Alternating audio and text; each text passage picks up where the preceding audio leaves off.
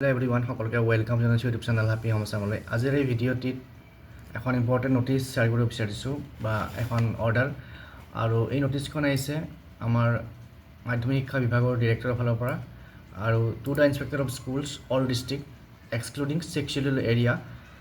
আৰু ইয়াত মেটাৰটো হৈছে যে regarding discrepancy of pay in the pay band of graduate teacher appointed after 17/3/2017 অৰ্থাৎ 17 মাৰ্চ 2017 পিছত যিখিনি গ্ৰেজুৱেট টিচাৰ এপইণ্টমেণ্ট দিয়া হৈছিল তেওঁলোকৰ কিবা এটা পে খেলি মেলি হোৱা বুলি এটা মানে চৰ্চা এটা চলিছিল। তো সেই সম্পৰ্কত যিটো all Assam secondary graduate teacher forum তেওঁলোকে আপিল কৰিছিল, চৰকাৰক আবেদন কৰিছিল যাতে এই যিখিনি অসুবিধা আছে সেইখিনি দূৰ কৰিবৰ কাৰণে। আৰু এই যিটো আপিল, এই আপিলটোলৈ গুৰুত্ব দি পেলাই চৰকাৰে এই ন'টিছখন আজি গোটেই ডিষ্ট্ৰিক্টলৈ পঠিয়াইছে। আৰু ইয়াত কি লিখা আছে আপোনালোকে ইয়াতে পঢ়িব পাৰিব।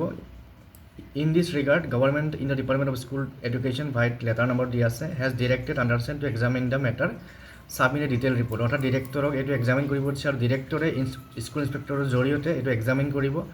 আৰু এক্সামিন কৰিবৰ কাৰণে যিখিনি আমাৰ ইনস্পেক্টৰ অফ স্কুল আছে অল ডিষ্ট্ৰিক্টৰ এক্সক্লুডিং 6 scheduled এৰিয়াত তেওঁলোকে অহা 30 জুনৰ ভিতৰত এটা ৰিপৰ্ট দিব লাগিব। আৰু ৰিপৰ্টটো ছাবমিট কৰাৰ পিছত সেইমতে চৰকাৰে ব্যৱস্থা ল'ব।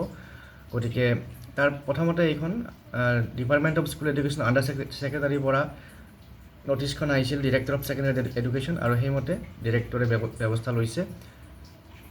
গতিকে এইখন এখন যথেষ্ট গুৰুত্বপূৰ্ণ ন'টিছ।